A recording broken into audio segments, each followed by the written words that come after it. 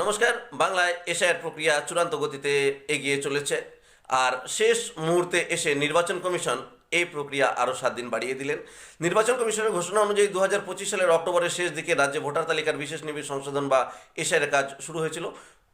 কথা ছিল যে সমস্ত পর্ব ধাপে ধাপে মিটিয়ে 14ই ফেব্রুয়ারি চূড়ান্ত ভোটার তালিকা প্রকাশিত হবে, তারপর বিধানসভা ভোটের ঘোষণা হতে পারে।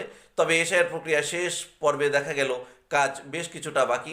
কয়েকটি বড় জেলায় ভোটারদের নথি যাচাই বা শুনানির কাজ শেষ করা যায়নি নির্ধারিত সময়ের মধ্যে।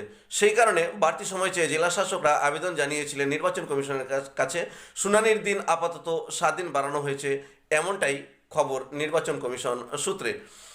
এদিন রাজ্যের মুখ্য নির্বাচনী আধিকারিক মনোজ আগরওয়াল জানিয়েছেন, কয়েকটি জেলায় কিছু কিছু কাজ এখনও পর্যন্ত বাকি রয়েছে, যেমন উত্তর ও দক্ষিণ কলকাতা, উত্তর ও দক্ষিণ 24 পরগনার কয়েকটি বিধানসভা কেন্দ্রে এখনও শুনানির কার্য সম্পন্ন হয়নি।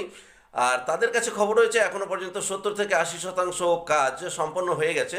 বাকি যে সমস্ত কাজগুলো রয়েছে তা সম্পন্ন করতে মোটামুটি দিন 7 মতো সময় লাগবে। তাই এই শুনানির কাজ 7 দিন বাড়ানো হয়েছে। বেশ ভালো হয়েছে যারা শুনানির নোটিশ পেয়েছেন অথচ এখনও পর্যন্ত তারা শুনানিতে যেতে পারেননি, তাদের জন্য এই সময়সীমা বৃদ্ধি করা হয়েছে। উপযুক্ত সময়ে শুনানির কাজে অংশগ্রহণ করুন। মনে করা হচ্ছে 21শে ফেব্রুয়ারি অথবা তার 2-1 দিনের মধ্যেই এই চূড়ান্ত ভোটার তালিকা প্রকাশিত হবে। সকলে ভালো থাকবেন, চ্যানেলটি সাবস্ক্রাইব করে সঙ্গে থাকবেন। ধন্যবাদ।